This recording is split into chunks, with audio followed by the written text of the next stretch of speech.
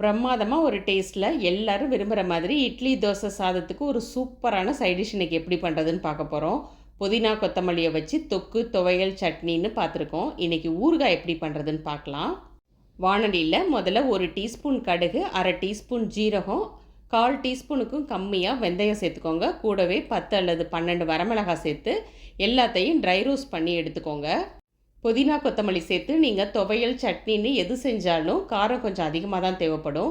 ஏன்னா இதுக்கு காரம் கொஞ்சம் அதிகமாக இருந்தால் தான் நல்லாவும் இருக்கும்.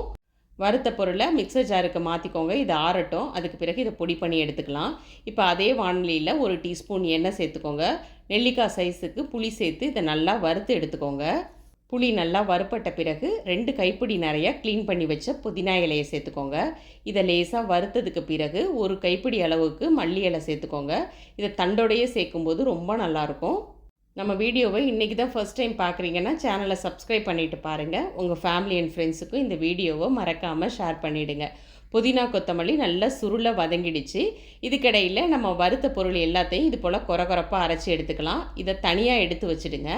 இப்போ மிக்சர் ஜாரில் நம்ம வதக்கி வச்ச புதினா கொத்தமல்லி இலையை சேர்த்துக்கலாம். இதை மிக்சர் ஜாரில் சேர்த்த பிறகு நல்லா ஆற விட்டு அரைச்சிக்கோங்க. புதினா கொத்தமல்லி வச்சு நம்ம சேனலில் நிறைய ரெசிபி நான் அப்லோட் பண்ணியிருக்கேன். அதோட லிங்க் டிஸ்கிரிப்ஷனில் கொடுக்குறேன். கண்டிப்பாக அதையும் செக் பண்ணி பாருங்கள். இப்போ ஆறின பிறகு இதில் 1.5 டேபிள் ஸ்பூன் தனி மிளகாய் தூளும் 1 டீஸ்பூன் மஞ்சள் தூள், தேவையான அளவுக்கு உப்பு சேர்த்துருங்க. இதை நல்லா அரைச்சி எடுத்துக்கலாம். 2 ஸ்பூன் மட்டும் தண்ணி சேர்த்து இதை அரைச்சி எடுத்துக்கோங்க. இது அப்படியே இருக்கட்டும். இப்போ கடாயில் நல்லெண்ணெய் சேர்த்துக்கோங்க. தாளிப்புக்கு நல்லெண்ணெய் சேர்த்தா தான் ரொம்ப சூப்பராக இருக்கும். ஊறுகான்றதுனால இதை ஸ்டோர் பண்ணி வைக்கும்போது நீங்கள் 1 மந்த் கூட வச்சுக்கலாம். கொஞ்சம் கூட கெட்டு போகாது. இப்போ எண்ணெய் சூடானதுக்கு பிறகு 1 டீஸ்பூன் கடுகும் 1 டேபிள் ஸ்பூன் உளுத்தம்பருப்பு சேர்த்துக்கோங்க.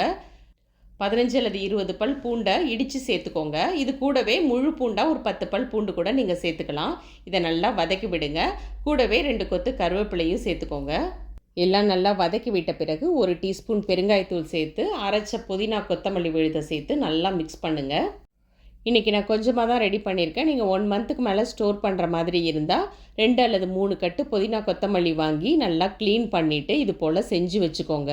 செஞ்சு வச்ச பிறகு நல்லா ஆற விட்டுடுங்க. பாட்டிலில் ஸ்டோர் பண்ணும்போது மேலே நல்லெண்ணெய் நிற்கிற மாதிரி நீங்கள் ஹாஸ்டல் போகிற பசங்களுக்கு கொடுத்து விட்டால் கூட அவங்க வச்சு சாப்பிட்றதுக்கு ரொம்ப நல்லாயிருக்கும். இதை ஒயிட் ரைஸ் கூட பிசைஞ்சு சாப்பிட்லாம். கர்ட் ரைஸ்க்கு தொட்டு சாப்பிட்றதுக்கும் ரொம்ப நல்லாயிருக்கும். அதே மாதிரி இட்லி தோசை சப்பாத்திக்குன்னு எல்லாத்துக்குமே இது சூப்பராக இருக்கும். இது எல்லாம் நல்லா வதக்கி விட்ட பிறகு மிக்சர் ஜார்லேயே கொஞ்சமாக தண்ணி சேர்த்து இதில் கலந்துக்கோங்க. கடைசியாக அரைச்ச பொடியையும் சேர்த்து நல்லா மிக்ஸ் பண்ணிவிடுங்க. கலந்து விடும்போது எண்ணெய் தேவைப்பட்டுச்சுன்னா மட்டும் கொஞ்சமாக நல்லெண்ணெய் சேர்த்து கலந்துக்கோங்க. ஸ்டவ்வை லோ ஃப்ளேம்லேயே வச்சு இது ஒரு 5 நிமிஷத்துக்கு நல்லா திக்காகி வர வரையும் கலந்து விட்டுட்டே இருங்க. நம்ம சேர்த்த எண்ணெய் எல்லாம் லேசாக மேலே தெளிஞ்சு வரும். அந்த டைமில் ஸ்டவ்வை ஆஃப் பண்ணிவிட்டு இதை எடுத்து வச்சு சர்வ் பண்ணுங்கள். சூப்பராக இருக்கும். கண்டிப்பாக ட்ரை பண்ணிவிட்டு உங்கள் ஃபீட்பேக்கையும் மறக்காமல் கமெண்ட்ஸில் ஷேர் பண்ணுங்கள். நாளைக்கு வேறொரு இன்ட்ரெஸ்டிங் வீடியோவில் பார்க்கலாம். தேங்க்யூ.